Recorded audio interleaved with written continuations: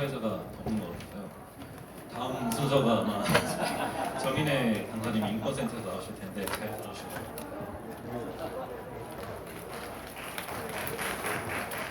네, 학우분들 너무 반갑습니다. 저 인권센터에서 성평등 상담원으로 재직하고 있는 정인혜 전문위원입니다. 반갑습니다. 저희 인권센터가 2020년에 처음 개소가 돼서 올해 사업 중에 주요 사업으로 학생의 임원분들 찾아뵙고 폭력 예방 교육 가장 많이 진행하는 거, 그래서 성평등 그 캠퍼스 문화 학생의 임원분들께서 주도해서 만들어 주시는 거 주요 사업으로 하고 있어요. 제가 오늘 온 게 8번째 아니네요. 9번째 학생의 임원분들 만나는 자리인데요. 혹시 지역대학에서 저 본 적 있으시다? 너무 네. 그리고 저도 얼굴이 너무 익은 분들도 계셔서 너무너무 반갑습니다. 저희가 지역대학 갈 때는 폭력 예방 교육 중에 성폭력 예방 교육을 하고 있어요. 폭력 예방 교육이 4가지 과목인데 혹시 아시는 분들 계실까요? 과목이요? 성폭력 예방 교육 3가지 뭘까요? 가정폭력, 네, 좋습니다. 2가지 뭘까요? 학교폭력 너무 좋은데 저희가 말한 여기서 폭력은 젠더 기반 폭력이에요. 좀 이따 강의하겠지만 거기엔 들어가지는 않아요. 나머지 2가지는 성매매 예방, 성희롱 예방입니다. 그 중에 성폭력 예방 교육과 가정폭력 예방 교육은 재학생들 필수 교육으로 하고 저희 법정무 교육을 하고 있어요. 그래서 저희가 찾아뵐 때는 성폭력 예방 교육 진행하고 있어서 오늘 많이 가장 모이신다고 해서 가정폭력 예방 교육 준비했고요. 왜 대학에서 가정폭력 예방 교육을 하나 이렇게 생각하실 수 있는데, 남자의 역할, 여자의 역할 이런 걸 가장 먼저 접하는 곳이 어디죠? 우리 가정이죠. 그리고 여러분들 중에 나 어디 가정의 일원이 아니다 이러시는 분 계실까요? 우리 모두 한 가정에서 나왔고, 그리고 혼자 살더라도 우리가 가정을 이루고 있죠. 그래서 우리 가정 내에 혹여나 폭력적인 성향이 있진 않은지, 혹은 우리 아마 임원으로 재직하시면서 여러분들 만나실 텐데, 혹여나 가정폭력의 피해자를 내가 마주했다면 어떻게 응대해야 할지 이런 거 임원분들 모시고 같이 생각해보는 시간 가졌으면 좋겠습니다. 식사 가셔야 되는 거 알아서 제가 최대한 빨리 끝내드리도록 하겠습니다. 다음 슬라이드요. 여러분 가정이 어떤 곳일까요? 편안한 곳, 쉬는 곳, 안전한 곳, 너무 좋습니다. 다음 슬라이드요. 가정은 우리가 가족들이 사는 공간이라고 해서 여러분들 모두 가족과 보통 살고 계시죠? 그죠? 그래서 말씀하셨듯이 편안한 공간, 쉬는 공간, 내가 나다울 수 있는 공간, 가장 안전한 공간이라고 보통 느끼시고 계실 겁니다. 아마 지금 이제 교육 시작하고 얼마 안 됐는데 지금도 집에 가고 싶은 분들도 있으실 수 있을 것 같아요. 그만큼 우리가 편안하게 쉴 수 있는 공간이죠. 근데 여러분의 가정은 어떤 모습일까요? 좀 궁금한데요. 혹시 5명 이상의 가정원이 있다. 손 들어볼까요? 많이 몇 명이세요? 딱 5. 네, 5명 이상인 분이 되게 적긴 몇 분이세요? 6명이요. 6명이요? 최다네요. 지금 여기까지 중에 가장 최다입니다. 우리가 예전에는 대가족이라고 해서 조부모, 부모, 그리고 자식 혹은 손녀까지 해서 7, 8명까지 혹은 10명 넘게까지 그 농경사에서는 같이 지내는 경우도 있었는데, 요즘 교육 가보면 5명 이상이 많지 않더라고요. 그럼 혹시 2명이다 있을까요? 2명도 꽤 많으시네요. 혹시 혼자 산다? 혼자도 그래도 좀 있으시네요. 나머지는 아마 3, 4분 정도 있으실 것 같아요. 다음 슬라이드 볼게요. 이거 제가 영상을 틀까 하다가 좀 일찍 끝내려고 틀진 않을 건데요. 여성가족부에서 만든 영상이고, 요즘 가정폭력을 가정문화를 홍보할 때 가장 많이 하는 게 뭐냐면 가정문화가 다양해지고 있다는 겁니다. 여기 3가지 사진이 있는데 다 하나씩 가정의 모습이거든요. 어떤 가정의 모습인지 좀 상상해 볼 수 있을까요? 첫 번째, 만약에 이 가정이 일반 우리가 생각하는 가정과 다르다면 어떤 가정의 모습일 것 같으세요? 한부모 가정 맞습니다. 엄마와 아이만 있네요. 또 하나 더는 여기 영상에서 나오면 엄마를 5살 때 만났습니다. 이런 얘기가 나와요. 그래서 입양 가족이에요. 두 번째 가정의 모습은 어떤 게 다른가요? 애완견이랑 둘이 사는 거예요. 근데 애완견을 이 영상 보면은 내 자식처럼 키워요. 혹시 애완견 키우시는 분들 있을까요? 애완견을 가족원처럼 생각하시나요? 그쵸. 그런 가정도 굉장히 늘어나고 있습니다. 마지막 이 가정은 어떤 게 다를까요? 네? 시집장가 다 보내고 둘이 사는 것 같으세요? 동성 커플이에요. 동성 커플도 가정의 네. 아니야, 둘다 남자야.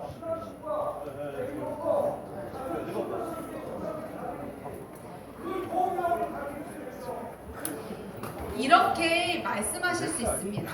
정상 가정, 비정상 가정. 우리의 머릿속에 있는 고정관념이죠. 그리고 어떻게 보면 여러분들이 이런 얘기 들으셔서 불편하실 수도 있지만 여러분들도 가정 이렇게 생각했을 때 엄마, 아빠, 자녀들이 있는 모습을 아마 생각하셨을 거예요. 그런데 요즘은 가정의 모습이 굉장히 다양해지고 있습니다. 그래서 여성가족부에서도 가정폭력이라고 할 때 가정을 어떻게 규정하냐면 같이 사는, 친족이든 아니든 같이 사는 공간들을 가정이라고 하고요. 그래서 가정폭력 대신 친밀한 사이에서 일어나는 폭력으로 용어가 조금씩 바뀌고 있습니다. 그래서 요즘은 꼭 친족 관계가 아니더라도 함께 사는 가족들이 굉장히 많이 늘어나고 있고요. 사실 우리가 머릿속으로 생각하는 엄마, 아빠, 아이들이 있는 가정의 수가 굉장히 적어지고 있습니다. 다음 그래프 한번 볼게요. 이 그래프는 친족 가정만을 하는 겁니다. 그러니까 어떻게 보면 혼자 사는 가정들도 많고, 뭐랄까요? 혼자 사는 형태도 많고, 친구끼리 사는 형태도 많은데, 친족 가정만을 봤을 때, 우리가 왜 생각하는 부부와 미혼 자녀의 비율이 한 50% 정도 됩니다. 하지만 더 많은 밑에 보면 부부만 사는 경우, 2명만 사는 경우가 사실 굉장히 많아지고 있고, 그리고 한부모와 미혼 자녀, 엄마랑 자녀만 살거나 아빠랑 자녀만 사는 경우, 그리고 또 많은 경우가 기타도 굉장히 높아요. 기타가 어떤 경우냐면 자매끼리 사는 경우, 형제끼리 사는 경우, 조부모와 자식만 사는 경우 뭐 이런 경우들이 있는데요. 그래서 우리가 어떤 사람들이 어떤 가정에서 가정에서 왔을 때 화부님들 만났을 때 부모가 있고 자식 있는 데서 왔겠지, 나이대가 있으니까 그렇게 생각하실 수도 있지만 굉장히 다양한 모습일 수 있다는 거, 그렇게 우리가 생각하고 가시면 좋을 것 같습니다. 다음 보겠습니다. 근데 처음에 우리가 봤을 때 가정은 편안한 공간이라고 했잖아요. 근데 거기 안에서 폭력이 일어난다고 합니다. 우리 폭력은 뭐죠? 다음 슬라이드요. 남을 거칠게, 사납게 제압할 때 쓰는 힘을 말합니다. 폭력을 가하는 대상이 있고 피해를 받는 대상이 있겠죠. 근데 이런 게 가정 안에 일어난다는 게 좀 끔찍하죠. 다음 볼게요. 그러면 여러분들 아마 이 문제 제가 성폭력 예방교육 하러 갔을 때 같이 풀었던 분들도 계실 텐데 한번 가장 기본 개념, 근본 개념 가정폭력에 대한 OX 퀴즈 하나 풀어보겠습니다. 같이 문제 읽어볼까요? 시작. 가정폭력의 문제는 O일까요? X일까요?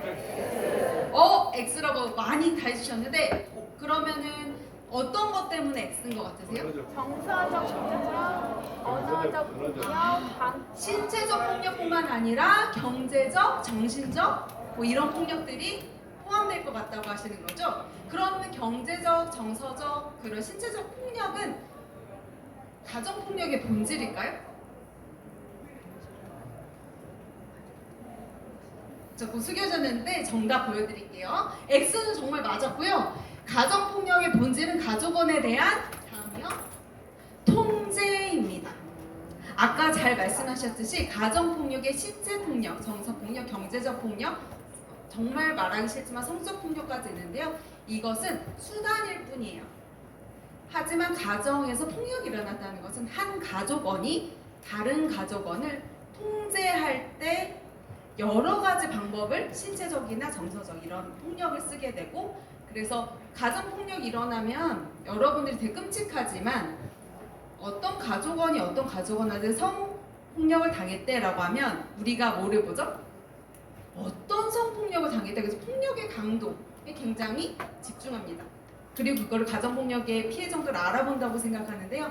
사실은 그 가정 안에서 어떤 통제가 일어났고, 그래서 그 피해자는 어떤 통제감 때문에 어떤 자유를 박탈했는지, 그리고 가해자는 어떤 통제를 해서 자기가 어떤 이득을 누렸는지 그걸 보는 것이 가정폭력의 본질입니다. 그래서 만약 여러분들 가정에 폭력이 일어나지 않는다면, 우리가 지금 뭐 때리지도 않고요, 말도 되게 조심해요 한다면, 혹여나 어떤 가족원이 의견대로 중심대로 돌아가거나 약간 통제적인 가족원이 있다면 폭력적인 성향이 있을 수도 있다는 겁니다.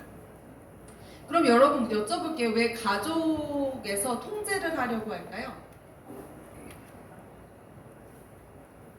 그렇게 편안한 공간인데. 이렇게 생각해 볼게요. 여러분들이 지금 여기 와서 계시니까 아마 다른 가족원들은 집에 계시겠죠?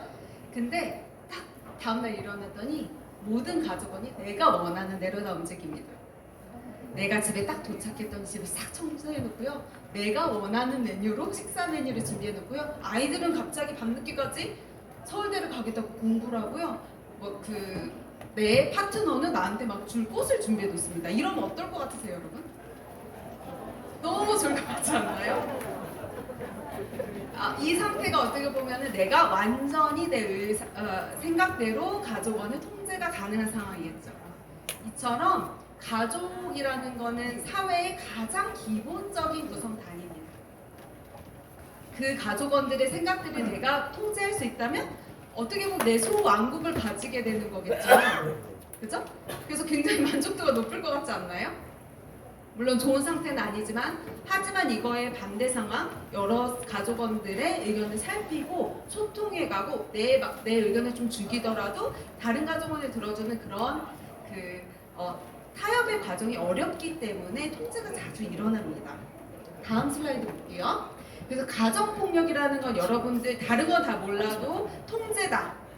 그것만 꼭 기억해 주시고요. 그래서 가족 구성원 사이의 폭력을 수단으로 상대방을 통제하는 신체적, 정신적, 재산상의 피해를 주는 행위를 가정폭력이라고 합니다. 가장 대표적인 가정폭력은 아동학대와 노인학대가 있는데요. 왜 우리 부부도 있고 뭐 자식도 있고 여러 가지가 있잖아요. 근데 왜 아동학대와 노인학대가 대표적인 가족폭력일까요? 맞습니다. 약자죠. 아동이나 노인 둘 다 약자인 것이 돌봄을 필요로 합니다.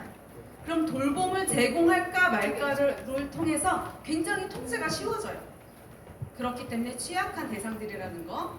근데 여러분이 잘 맞춰주셨듯이 아동과 노인은 약자입니다. 가족 내에서. 그러면 가족 내에 강자도 존재할까요?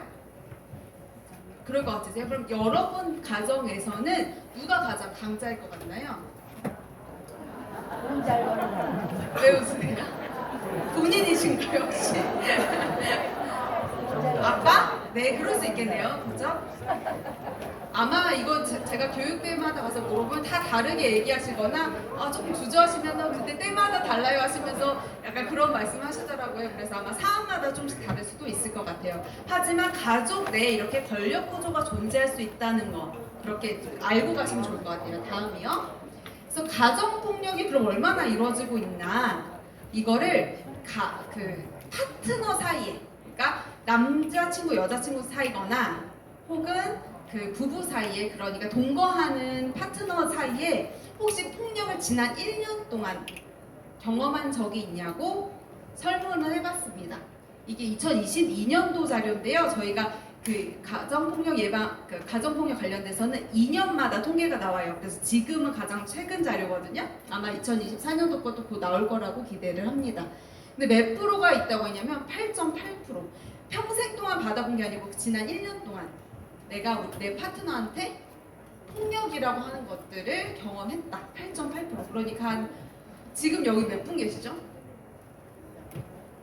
300명. 한 300명 된다면 많은 분들이 해당할 수 있는 거네. 이 통계가 만약 여기 적용된다면. 그리고 피해 정도를 볼 때 정서적, 신체적, 성적, 경제적 폭력 이렇게 많은 폭력의 유형들로 나타나고 있었습니다. 그래서 여러분들이 그 만나시는 학우분들이나 혹은 주변들에서 이렇게 만나실 때 생각보다 가정폭력이 되게 먼 얘기는 아니라는 거예요. 폭력적인 상황을 경험하지 않다는 거. 다음 슬라이드요. 그 가정폭력은 왜 일어나는가? 제가 이렇게 해볼게요. 여러분들 가족원들 모두한테 제가 100억씩 드리겠습니다. 다 100억씩 있는 거예요. 여러분도 있고 여러분 남편이나 아내도 있고 자식들도 100억씩 있다고 할게요. 그 가정에서 가정폭력이 일어나기 쉬울까요?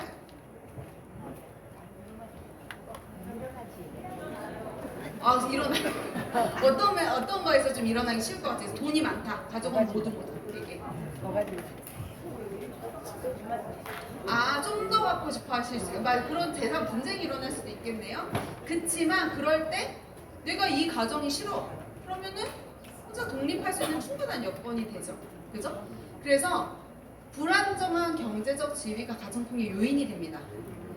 아까 가족원이 다른 가족원을 통제할 때 가정폭력이 일어난다고 했잖아요. 근데 만약에 가정 내 경제적 자원이 되게 한정돼요. 많은 가족원들이 할 수 있는 걸 다 해줄 수가 없어요. 그러면 선택이 일어나고 그 선택은 경제적이나 혹은 다른 가족원에서 우위를 점한 사람의 이건을 따를 확률이 높죠. 그래서 경제적 자원이 충분하지 않을 때 일어나기가 좀 쉬워집니다. 그리고 낮은 문화적 지위. 여러분들 지금 여기서 가정폭력 예방 교육을 받고 계신데 이거 별거 아니라고 생각하실 수 있지만 사실은 성인이면 대한민국 성인이면 1년에 1시간씩은 받으라고 권고하는 교육입니다. 근데 얼마나 받을까요? 우리나라 성인들이? 생각보다 학교나 직장에 속해 있지 않으면 받기가 어렵습니다. 그래서 이렇게 문화적 지위가 있지 않으면 어떤 폭력을 당하고도 그냥 우리 아빠는 좀 그래, 우리 엄마는 좀 그래, 우리 가족원은 좀 그래라고 치부해버릴 수 있다는 거. 폭력의 피해자가 폭력인지 인지하지 못하는 경우가 굉장히 많습니다. 그리고 가부장제에서 일어나기가 되게 쉬운데요. 왜 그럴까요? 가부장제 누가 중심이죠? 가정에? 그쵸? 가장이 중심이죠. 남자인 첫 번째 가장이. 그래서 한 가장이 가정을 통제하는 거에 대한 통제권을 줍니다. 그래서 가정폭력이 일어나기 쉽게 하고요. 왜곡된 성인식. 남자는 가정에서 이거 해야 돼. 돈 벌어와. 예를 들어 볼게요. 여자는 집안일 해야 돼. 이런 왜곡된 성인식은 통제하기 쉽게 합니다. 야, 여자니까 너 이거 해야 돼. 남자니까 이거 해야지. 그러면서 그게 기대치가 충족되지 않을 때 가정폭력의 원인이 됩니다. 너는 뭘 해야 하는 사람이고, 또 많은 경우에 돈을 못 벌어온 남자를 구타하거나 혹은 정신적으로 핍박하는 경우도 있어요.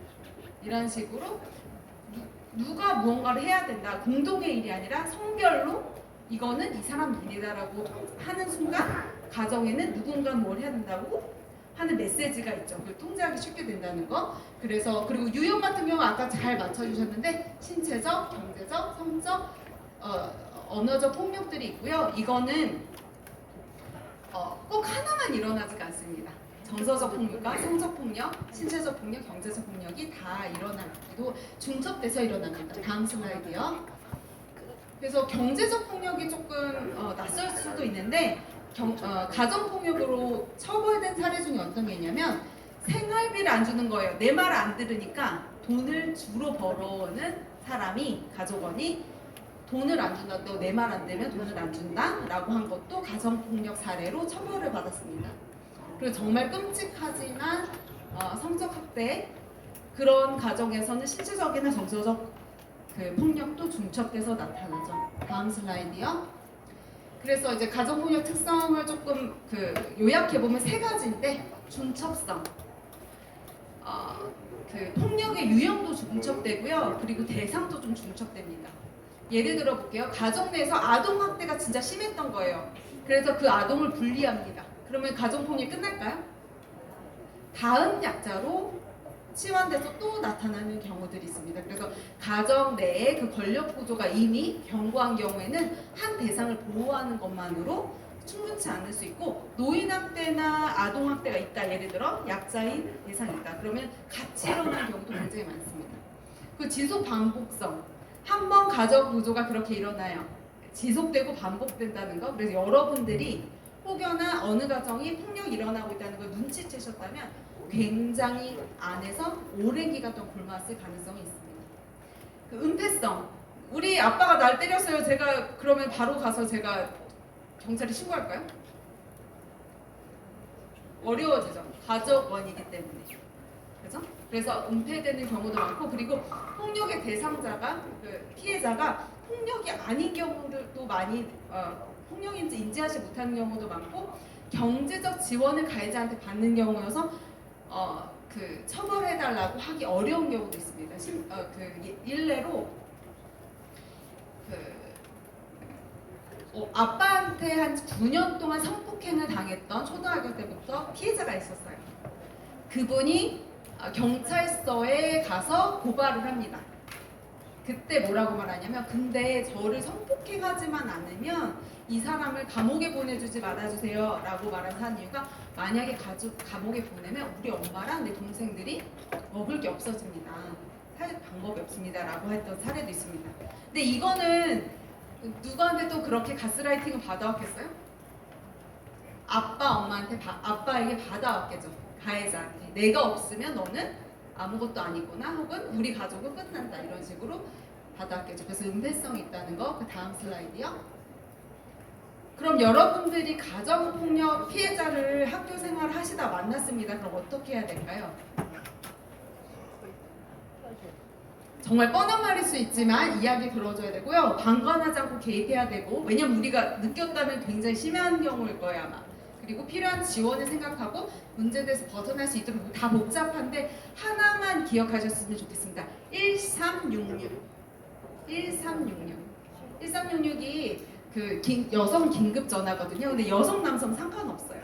여기에 전화를 하면 상담부터, 이게 폭력이 맞나요? 라는 상담부터 사건 처리, 그리고 내가 혹여나 그 쉘터나 어떤 그 공간이 필요하면 그 공간 지원까지 중간중간 다 지원 연계를 해주시기 때문에 1366에 혹여나 너 그 폭력의 피해가 있어서 너가 도움이 필요하면 전화해봐. 상담도 할 수 있고, 심지어 카톡으로도 상담할 수 있대, 익명으로. 이런 식으로 안내해 주시면 좋을 것 같아요. 다음이요. 그래서 1366 홈페이지인데요. 되게 1366 홈페이지 전화하셔도 좋지만 홈페이지에 가시면 여러 가지 서비스들이 소개돼 있어요. 그리고 아까 말씀드렸지만 익명으로 오픈 채팅방에서 내가 상담할 수도 있거든요. 그러니까 나는 말하지만 내 답이 다수한테 보이는 게 아니라 그 상대한테만 보이게, 상담원에게만 보이게 익명으로도 상담할 수 있기 때문에, 그렇게 만약에 폭력의 그 피해자를 보시면 안내해 주시면 감사하겠습니다. 다음 슬라이드요.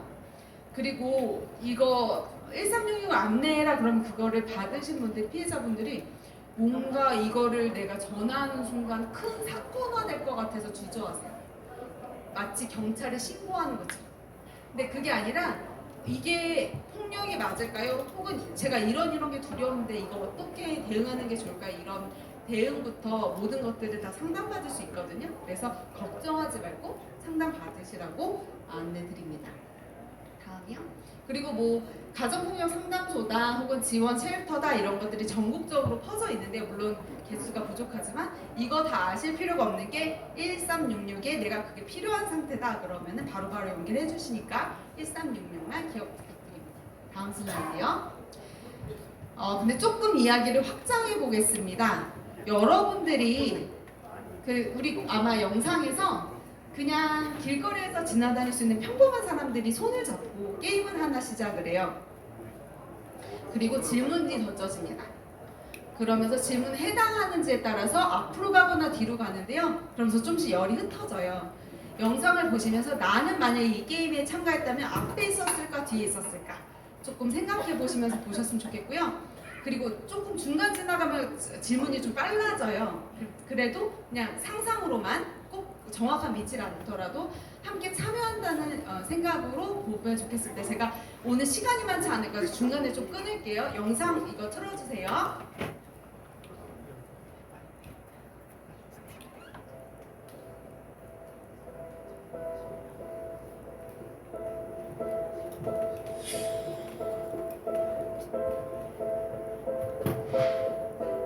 마이크를 좀 꺼주시겠어요? 1, 2년 단위로 집을 옮겨야만 한다면 한 발 뒤로. 4대 보험을 못 받는다면 한 발 뒤로. 가족 때문에 친구들에게 놀림당했다면 한 발 뒤로.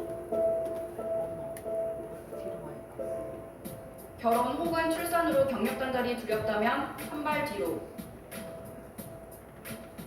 공공장소에서 조롱이나 시선을 받지 않고 애인과 스킨십할 수 있다면 한 발 앞으로. 근처 어떤 화장실이든 자유롭게 쓸 수 있다면 한 발 앞으로. 나이 때문에 무시당한 적 있다면 이성 애인이 있는 척 해봤다면 내 식습관을 구구절절 설명한 적이 나의 가족 형태를 사람들에게 종종 설명해야 대학이나 직장에 학교 동문회가 있다면 학력 때문에 지원을 하지 못한 적이 있다면 당신의 연애 형태는 잘못됐다고 배운 적이 있다면 등과금을 연체해본 적이 있다면 휴학하고 등록금을 벌어야만 했다면 자신의 성별, 장애, 신체 등이 미디어에서 희화화된 적이 있다면 보호자 동의서, 보증금 마련, 사투리, 서울에 있는 대학, 신용카드, 노골적인 시선, 실업급여, 마이너스 통장, 육아휴직, 산업재해, 상사의 성별, 출신 지역, 소득을 증명, 학창시절 과외, 해외여행, 최저시급, 성범죄, 출산 계획. 예상을 했는데 막상 맨 앞에 있으니까 오히려 더 속이 답답해지는 분위기. 반면에 저의 등을 보고 계신 분들은 얼마나 답답할까 그런 생각. 대부분 이제 딱 겉모습을 보시고 무조건 외국에 왔을 거다라는 생각이 있고 한국말을 잘 못할 거야 그러면서 이제 그런 것들이 이제 많았죠. 취업하는데 수도권 대학에 다니는 학생들에 비해서 정보가 많이 부족하죠. 공무원 시험이나 취업을 준비하기 위해서 서울로 올라와야 되는데 그 뭐 체제 비용이라든지 이런 모든 부분들에 있어서 아무래도 지방에서 살다 올라오면 좀 불리하죠.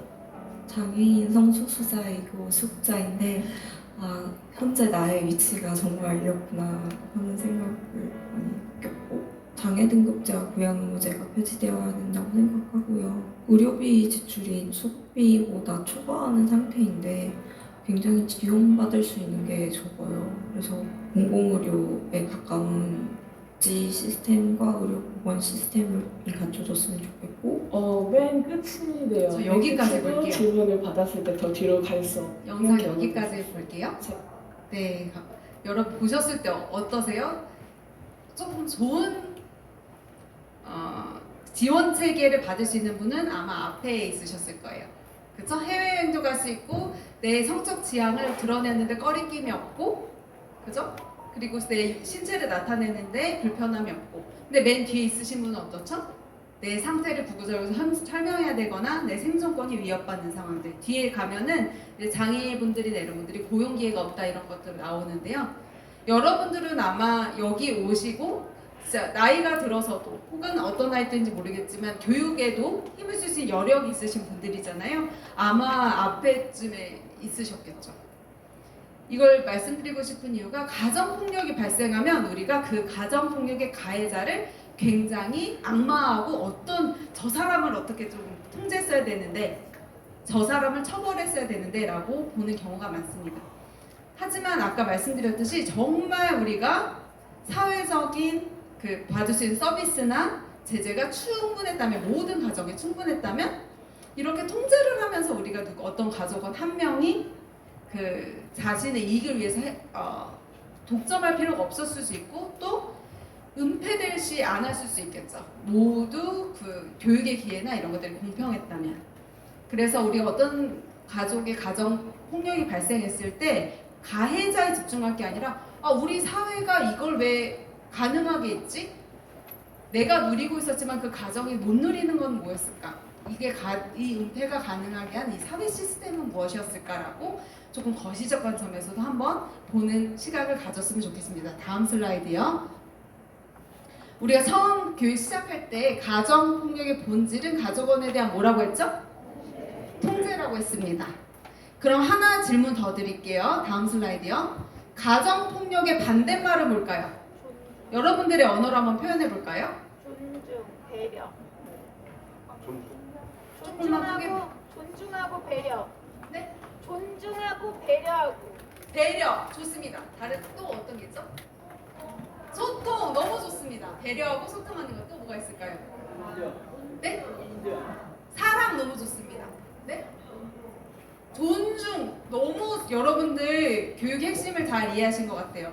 서로 독점하는 것이 아니라 소통하는 것, 그리고 그 사람을 존중하면서 가정원의 얘기 들어주는 것, 서로 사랑의 마음으로 보는 것, 여러 가지 언어들이 나왔는데요. 이걸 한마디로 한다면 평등입니다. 한 사람이 한 사람을 제압하는 것이 아니라 우리는 모두 평등한 존재구나 라고 먼저 생각하고 접근하는 거. 제가 이렇게 교육했다가 재학생 가정폭력 예방교육 혹시 들어오셨던 분 있나요?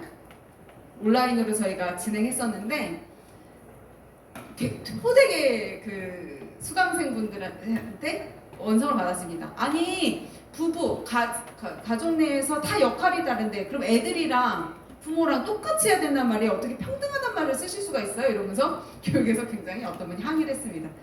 근데 우리가 여기서 말하는 평등은 뭐죠?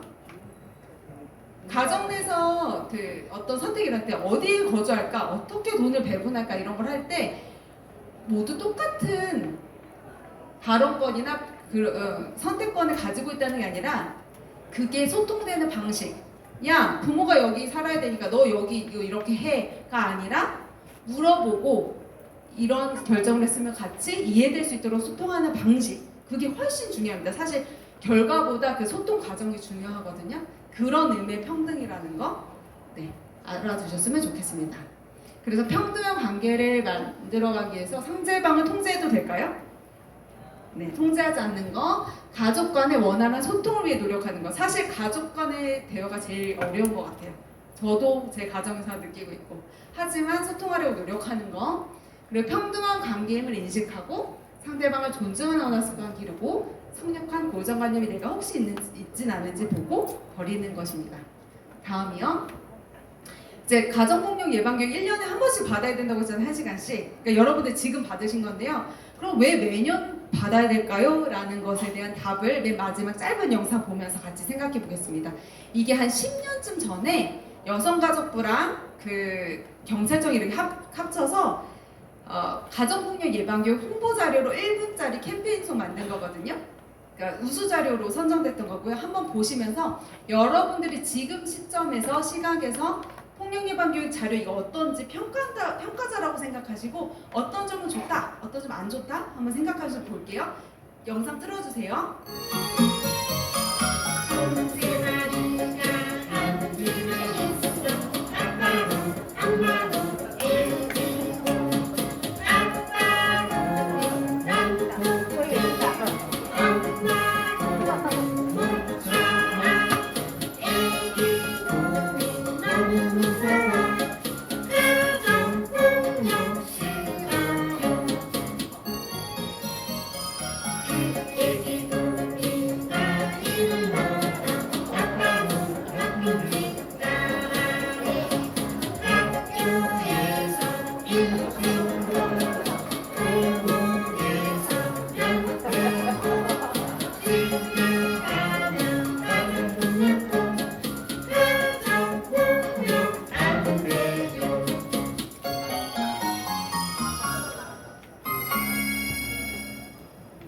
여러분들 어떻게 보셨어요? 좀 재밌죠?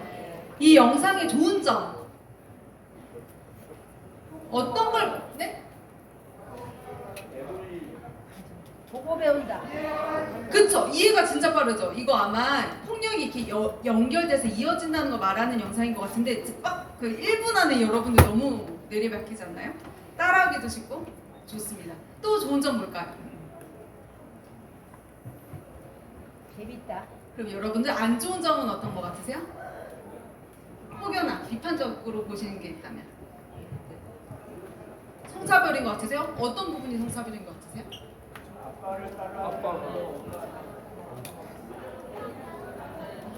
가정폭력의 주체가 남자다, 술 먹고 온 남자다. 너무 좋은 표현입니다.